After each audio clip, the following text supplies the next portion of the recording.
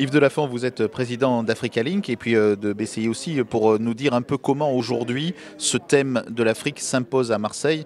C'est évidemment le sujet du Forum économique rhodanien, mais c'est aussi un gros sujet qui intéresse beaucoup la Chambre de commerce et d'industrie Marseille-Provence. Le président a annoncé ce matin officiellement à l'occasion de ce forum la création d'une maison de l'Afrique. C'est un sujet qui vous tient à cœur et qui évolue bien depuis quelques années.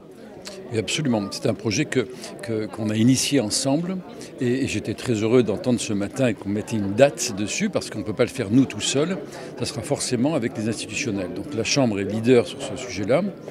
Il faut maintenant qu'on agrège à ce projet l'ensemble des institutionnels de notre région qui restent encore à convaincre beaucoup sur l'importance de notre territoire. Alors c'est pas que Marseille, c'est le territoire ex-Marseille qui est naturellement la porte de l'Europe vers l'Afrique. Je crois qu'il faut aussi souvent se rappeler qu'il n'y a pas de relation France-Afrique. Il y a une relation France en Europe-Afrique. Et que c'est comme ça qu'on arrivera à construire cet avenir commun qui est incontournable. Je veux dire, si l'Europe n'est pas capable d'être partenaire de l'Afrique, de comprendre que l'Afrique a moins besoin de nous que nous n'avons besoin de l'Afrique, on aura échoué. C'est-à-dire que nous avons un avenir commun, un passé qui est souvent partagé d'ailleurs, qui nous permet d'avoir une facilité de relation, de compréhension, d'affection très souvent.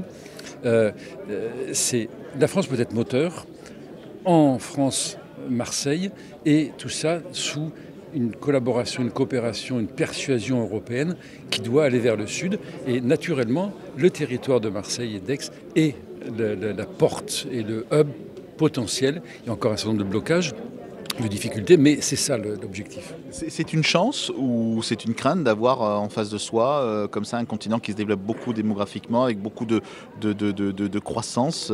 Ça peut faire un peu peur aussi parfois.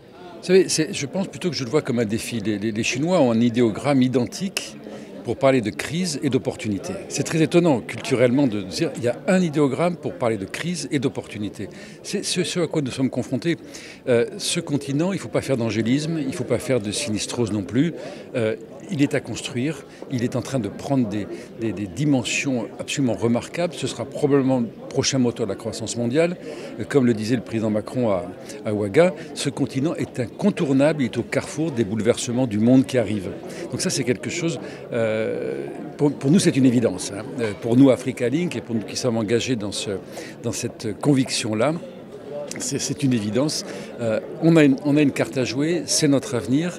Ce continent, et d'abord, c'est pas un pays, hein, c'est quand même 54 États qui ont beaucoup de choses différentes. Il y a peu de liens d'identité entre les 54 États, mais on a des choses à faire, nous, Européens, qui sont absolument remarquables.